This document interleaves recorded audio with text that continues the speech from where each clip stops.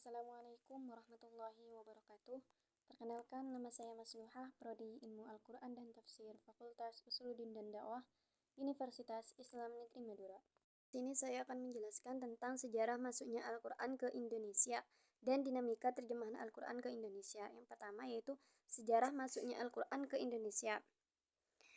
Penyebaran Islam masuk ke Indonesia. Proses masuknya agama Islam ke Indonesia tidak terjadi dengan cara yang tiba-tiba, cepat, dan hanya satu cara saja. Sebaliknya, proses ini juga berjalan secara bertahap, lambat laun, dan sangat beragam. Menurut para sejarawan, teori-teori tentang kedatangan Islam ke Indonesia dibagi menjadi empat. Yang pertama, teori Arab. Teori ini juga mengatakan bahwa proses masuknya Islam ke Indonesia adalah langsung dari Mekah atau Arab. Proses ini berlangsung pada abad pertama yaitu 7 Masehi, dan tokoh yang memperkenalkan teori ini adalah Haji Abdul Karim Amrullah atau Hamka. Beliau adalah seorang ulama sekaligus sastrawan Indonesia. Hamka mengemukakan pendapat ini pada tahun 1958 saat orasi yang disampaikan pada Dies Natalis Perguruan Tinggi Islam Negeri atau PTIN di Yogyakarta. Hamka menolak seluruh anggapan para sarjana Barat yang mengemukakan bahwa Islam datang ke Indonesia tidak langsung dari Arab, yaitu teori Gujarat.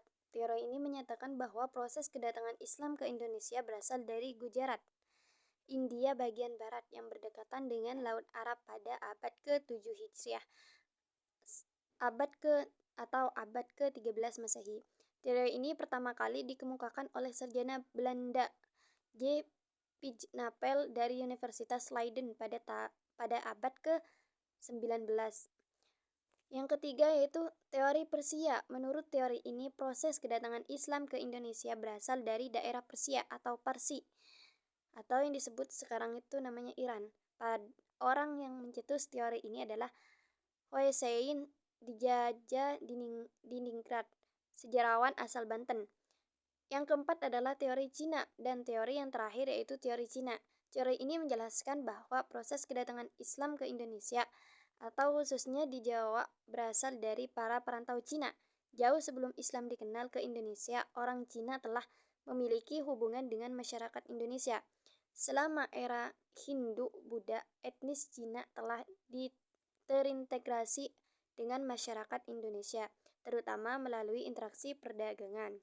Dinamika terjemahan Al-Quran ke Indonesia. Sejarah penerjemahan Al-Quran di Indonesia. Penerjemahan Al-Quran ke bahasa Melayu telah dilakukan sejak pertengahan abad ke-17 oleh Abdul Rauf Fansuri, seorang ulama dari Singkel atau Aceh, yang pertama kali menerjemahkan Al-Quran secara lengkap di Nusantara, meski terjemahannya kurang sempurna menurut standar bahasa Indonesia. Mungkin hanya itu yang dapat saya sampaikan, kurang lebihnya mohon maaf. Wassalamualaikum warahmatullahi wabarakatuh.